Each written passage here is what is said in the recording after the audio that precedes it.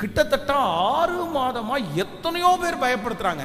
அம்மா இந்த கட்டி கேன்சரா மாறிடும், இந்த கட்டி உனக்கு பிரச்சனையா மாறிடும். அவங்க ஒரே வார்த்தை, கடன் வாங்கி, நானா இது உண்டு பண்ணல, இது எதேர்ச்சியா எனக்கு வந்திருக்குது, கர்த்தரால முடியாது என்ன இருக்குது அப்படின்னு சொல்லி இங்க இருந்து நான் எனக்கே கொஞ்சம் பதட்டமா இருக்குது. என்ன இவ்வளவு முடியாததுக்கு அப்புறம் இப்படி ட்ரீட்மெண்ட் பார்க்காம இருக்கிறாங்களே, சரி விசுவாசம், அவங்களுடைய விசுவாசத்தை கர்த்தர் கனம் பண்ணுவார் அப்படின்னு ஜோம் பண்ணி அனுப்புனா, இங்க இருந்து திருச்சி போறதுக்கு உள்ள பஸ்ல போயிட்டு இருக்க அந்த கட்டி உடைஞ்சு சீல் எல்லாம் ரத்தம் வெளியே வந்து, அங்கிருந்து போன உடனே ஒரு லெட்டர் எழுதுறாங்க, அந்த சாட்சி லெட்டர் எழுதுறாங்க. அவ்வளவு ஆச்சரியமா, பாஸ்டர் ஆண்டவர் இங்கிருந்து போய் சேர்றதுக்குள்ள எனக்கு அற்புதம் செஞ்சுட்டாரு.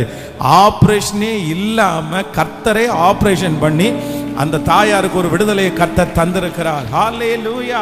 அப்போ நான் நம்புறேன், நமக்கு சில சூழ்நிலைகள் வரும். என்ன சூழ்நிலைகள் வரும் அப்படின்னு சொன்னா, கையில ஒண்ணுமே இருக்காது, ஆனா திடீர்னு ஒரு பிரச்சனை வரும்.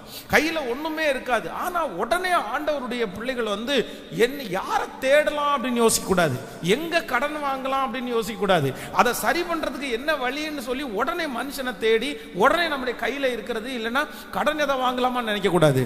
ஆண்டவரே இது எனக்கு அறியாமை வந்தது, இதற்கும் எனக்கும் எந்த சம்பந்தமும் இல்லை, அதனால நானா தப்பு பண்ணி இது வந்திருந்தா கூட நான் சொல்லலாம், அப்படி இல்லை.